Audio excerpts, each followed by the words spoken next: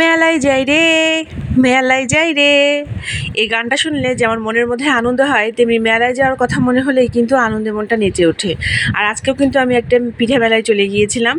এটা মিরপুর 2-তে পিঠা মেলাটা হয়েছিল এবং 3 দিন ব্যাপী এই পিঠা মেলাটা। তো পিঠা মেলায় গিয়েই প্রথম যে আকর্ষণ সেটা হচ্ছে পিঠা। তো অন্য সব দোকান সব কিছু না দেখে আমি চলে গেলাম পিঠার দোকানে। যেহেতু পিঠা মেলায় এসেছি তাই পিঠাই দেখব। তো একে একে সব স্টলগুলো ঘুরে দেখছিলাম আর দেখছিলাম এখানে চমৎকার এবং মজাদার সব পিঠা, কেক এগুলো বানিয়ে রিজনেবল প্রাইসেই বিক্রি করছিল। আর নানান রকমের পিঠা দেখে আমারও খুব ভালো লাগলো। আসলে এই পিঠা মেলা এই সব জায়গায় গেলেই মনে হয় যে আসলে আমরা আমাদের ঐতিহ্যকে হারিয়ে ফেলিনি। আধুনিক যুগের সাথে তাল মিলিয়ে যেমন আমরা নতুনকে বরণ করে নিতে পারি, তেমনি আমরা আমাদের ঐতিহ্যকে ধরে রাখার জন্যও কাজ করে যেতে পারি। যেমন যেমন কোনো একটা স্টলে বিক্রি করছিল কেক, ডোনাট, তেমনি আমাদের যে দেশীয় পিঠাগুলো আছে পুলি, ভাপা, তারপর আরও যে পাটিসাপটা, তারপর জামাই পিঠা, এসব পিঠাও বিক্রি করছিল। তো সব কিছু দেখে আসলেই মনটা ভালো লাগছিল। আমরা যতই নতুনকে বরণ করে নিই না কেন, তার সাথে অবশ্যই আমাদের পুরনোকে ধরে রাখতে হবে, কারণ পুরনো হচ্ছে আমাদের শেকড়। আমরা আর যাই করি না কেন, আমরা আমাদের শেকড়কে কখনোই ফেলে উপরে উঠতে পারবো না।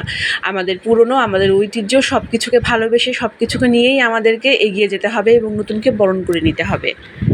এই পিঠা মেলায় গেলে সত্যিই আমার খুব ভালো লাগে, কেননা আমি যখন দেখি আমার দেশের ঐতিহ্যগত যে পিঠাগুলো আছে সেগুলো সবাই দেখছে, কিনছে, খাচ্ছে, সবাই পরিচিত হচ্ছে, তখন মনটা খুব ভালো লাগে। আর এই পিঠা মেলায় কিন্তু শুধুমাত্র আমি পিঠা দেখতে বা মেলা দেখতেই যাইনি, আমি কিন্তু ফিরে আসার সময় হরেক রকমের পিঠাও কিনে এনেছিলাম আমার পরিবারের সবার জন্য।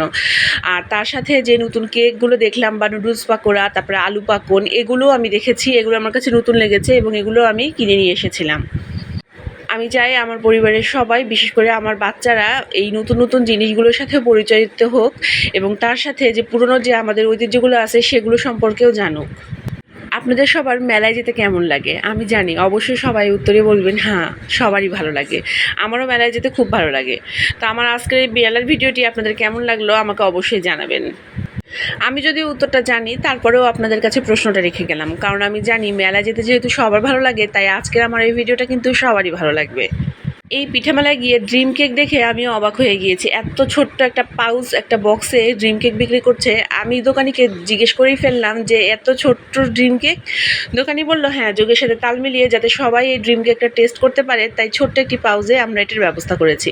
তো যাক, সব কিছু মিলিয়ে আমার পিঠা উৎসবের এই পিঠা মেলার খুবই ভালো লেগেছে।